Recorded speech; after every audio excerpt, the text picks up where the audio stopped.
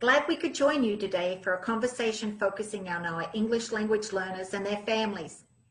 We are Belinda Gimbert, an Associate Professor from OSU in Educational Administration, and Teresa E. Raybar, Principal of Eakin Elementary School, Columbus City Schools, on behalf of each Eakin Eagle, 74% of whom are English language learners. We lead a team of educators committed to advancing each student's academic and social success. Our partnership, Educators and Families for English Learners, is thankful for the fiscal support from the U.S. Department of Education, the Office of English Language Acquisition. Who are we? We are Ohio educators from 10 organizations led by The Ohio State University. We are teachers committed to leading from the classroom by growing our English language learners' academic language skills. We are English as a Second Language, ESL teachers who complement and grow peers' expertise. We are Somali parents from the local neighborhood, some originally from the camps in Kenya, who entrust our children and their future to U.S. educators. We are instructional coaches who model how to connect teachers, children, and parents. We are a principal who harnesses teacher talent and parent goals. We are a student advocate who builds and multiples communication channels with parents. We are a parent liaison who bridges parent engagement. We are a school counselor who nurtures healthy relationships for our school community. We are teacher educators who strive to practice cultural humility every day. And we are university faculty and staff who take the stance that partnering with educators and parents undergirds and nourishes collective success. What is our mission? We aim to build classroom teachers, administrators, and instructional coaches' capacity to advance our pre-K through 5 English learners' academic language skills. And we do this through improved instructional practices, data use, and classroom supports. We commit to enhancing our parents' skills through technology, targeted interventions, and systematic outreach. While acknowledging the crisis schools and families endured this past spring, our conversations today focus on how to engage families in the era of COVID-19 with its virtual teaching and learning. Moving forward with a hybrid blended learning, a likely modus operandi. How do families and educators hold tight to bolster our English learners' academic and social progress when past physical presence is not assured? We now introduce Christina Terrell, who will share insights related to how our English language learners and their families are faring. Hello. English learners are such great assets to our classes with their rich experience and knowledge, and it's important to remember that they're not just learning a language, but trying to navigate the culture that intersects it. All the time, or meanwhile, they're maintaining their role and obligations to their family and their home culture while they're at home. Thinking about distance learning, it takes us directly into the student's home and the culture that exists there. And what a great opportunity for our teachers and our students to learn more about each other and celebrate the cultural diversity of the class. Now, during distance learning, it's even more critical for English learners and their families to not just understand the language, like through translation, but the expectations of what it means to participate in education in the U.S. in this new format. Each culture has different ideas about education, and it's so important to communicate this clearly with English learners, the students, and their families. Addressing these concerns now has benefits for distance learning as well as when students are back physically in the classroom. And gaining this understanding breaks down barriers with the family, and it helps open the door for students to better engage in their learning. Keeping this in mind about this cultural diversity and the challenges brought on by distance learning at home, social emotional learning becomes even more important right now. A few things to help English learners better engage include setting a routine with expectations and sticking to it. Students may feel apprehensive about the change in the routine because of learning online and being at home, where there may be different attitudes towards learning. So English learners and their families can have a variety of educational backgrounds, and they may approach learning differently. And students need to know that there's consistency and expectations of their performance, and that the teacher is committed to providing that stability in the classroom. Routine and consistency creates security for students and also helps the family support the children learning at home. Another thing is building connection to your students. Begin each session asking students how they're feeling. Get to know the students and their culture. Teachers can show something from their home, like a pet, and allow students to introduce a family member or a special tradition that they have. Being flexible with grouping helps depending on student needs, and using asset-based language also helps ELs feeling of security and safety. And then finally, linking the social emotional learning to the academic topics, introducing flexible tasks like journaling, which could include writing, pictures, or drawing. And that allows English learners to work at their own development level. Teachers can also develop activities that help students detach themselves from their own anxiety. For example, by asking them how they would help someone who is really anxious about learning from home.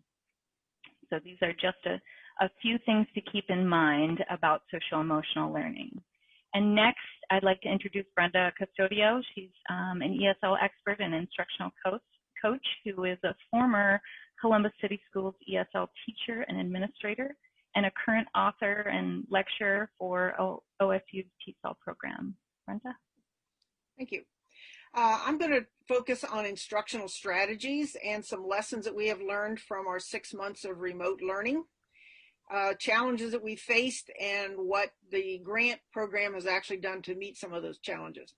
So first of all, we do have some strategies that we found to be beneficial and that have optimized engagement. In the spring, each teacher sort of had to set up their own virtual classroom in whatever way made the most sense to them, and actually, for a lot of them, what closely mirrored what they had been doing in a face-to-face format. But over the summer, we've had time to think about it and discuss. And one of the things that we came up with was we would like to see a similar template being used across the classrooms for several reasons. First of all, so that the students and parents know what to look for on the website. They know where to find information. In a lot of cases in our school, it's an older sibling who is working with their younger siblings, helping them with the homework. And if they can see in a first grade classroom something that looks similar to what they see in their fourth grade classroom, then they're more able to help that younger child. And it also helps other school personnel because, you know, these classrooms are set up by the mainstream classroom teacher, but you've also got the EL experts, you've got the counselor, you've got the encore teachers. They all have to feed into this main classroom somehow. So if they have a similar kind of a format, it just helps everyone to know where to find what it is they're looking for. The second thing we found is that if teachers had a consistent routine throughout the day and throughout the week, that provided an environment of structure for the children, similar to what Christina talked about. It's important for the social emotional, but it's also important for their academic. We also found that having expectations and assignments in writing helps the students. They do have more, most of our English learners have more oral English, and so they will listen and understand, but 2 hours later or the next morning, sometimes they forget. So if you've got it written down somewhere and they know where to go and find that information, you know, what is it you have to do? When is it due? What format is it supposed to be put together in? That helps the students and the parents. Thirdly, having expectations and assignments in writing. And then the last one is developing and maintaining those relationships. It's so hard when you're not in a face-to-face environment. So trying to figure out how to set up a feel of a classroom, that's been a challenge. So some of the teachers said that they found that games or some kind of non-academic activities helped break the barriers between the kids and help them to feel more comfortable with the teacher and with their peers. So we are now asking all our teachers to start their day with what we call a community meeting.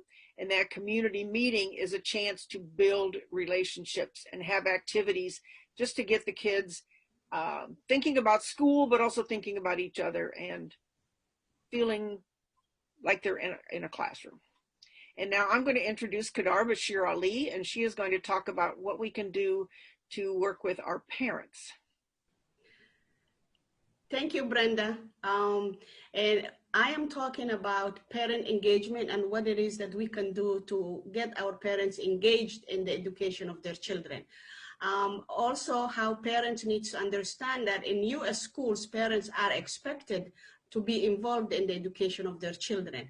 And this is something that is also proven time and time by research that approves when we see that student, teachers, and the home are connected, that gains leads us to more learner achievement. So it's very important that parents understand that they also are stakeholders in the education of their children. And I'll be talking about three major points. Number one being how to build trust between the parents and the school. Number two is setting clear expectations from the school to the parents, specifically now that students are learning online. And number three is what we can do to empower students, to empower parents in managing and leading the education of their children at home. So number one, parents, specifically English language learners, and usually are intimidated when they come to the schools or they are connecting with the schools. And another also a factor to keep in mind is the fact that parents usually in many countries are involved in the community, and the teacher is within that community. So the teacher is seen also as a mother away from home. So the mother then or the parents do not get involved in the school because they have confidence that the mother at school is doing all that she needs to be doing. But in the US, it's very different. So parents need to understand that you want the parents to be involved. And that, how do you make them feel welcome? It's first of all by establishing trust, by willing to be learning from where they're coming from, by understanding their cultural backgrounds, the understanding their realities or where they come from. Many students in our schools are refugees. Refugees have gone to another second countries where they were in refugee camps. They might or might not have had access to education. And then they are here and they're supposed to learn a new language at the same time function in that context of the new language. So we want you to keep all of those things in mind to make parents feel that they are welcome within your community of schools. Number two is, especially on this online learning time, we want you to keep in mind that you need to think of parents and how they are navigating within the home as, number one, they are second language learners. Number two, are not digitally native. Number three, they might lack literacy in their own language. So, and number four is the cultural milieu they are in is foreign to them. So sometimes they tend to reject the culture where we want our students to navigate within. So keep those in mind. Please set clear expectations. Use simple language when you're talking to them. And the preferred mode of parents of second language learners is usually verbal and visual. So any direction you want to give them, please make sure you either provide it on video so they can see and follow, and they also hear it. What we have done at ECAN, and we are planning to do this year to engage parents, is to download the application WhatsApp. And we have learned that most of the parents have access to that application. It's a free telephone application.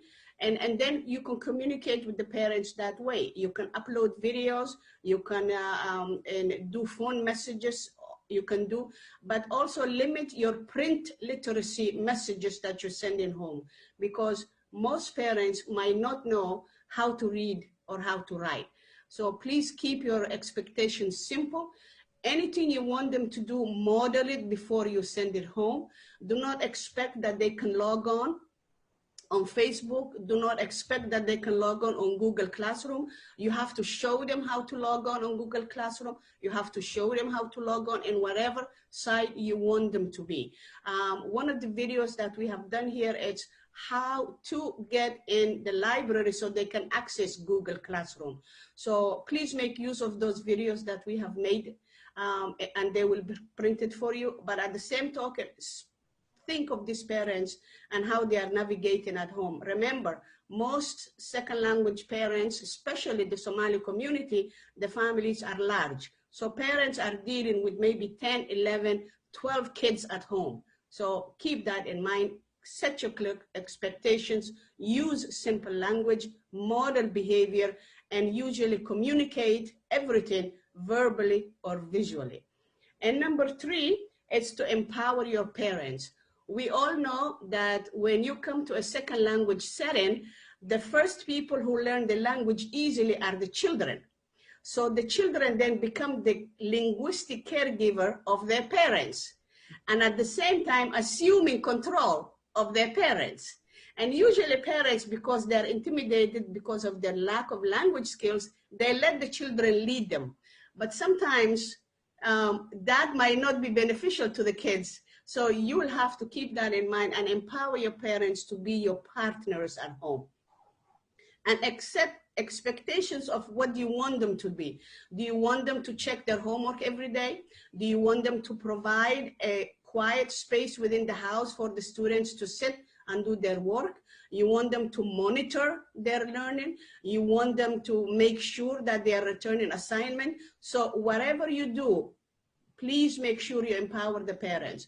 And one of the things we want you to understand at this point during COVID, parents are also becoming your instructional assistants at home. So please keep that in mind. Keep parents engaged. Communicate with parents more than you communicate with the children, because parents, specifically mothers, are the ones who are at home with the children and at once are at home to make sure that the work is being done. Thank you. And now Ms. Ebony will take us, will take the next session. Okay, thank you, Kadar.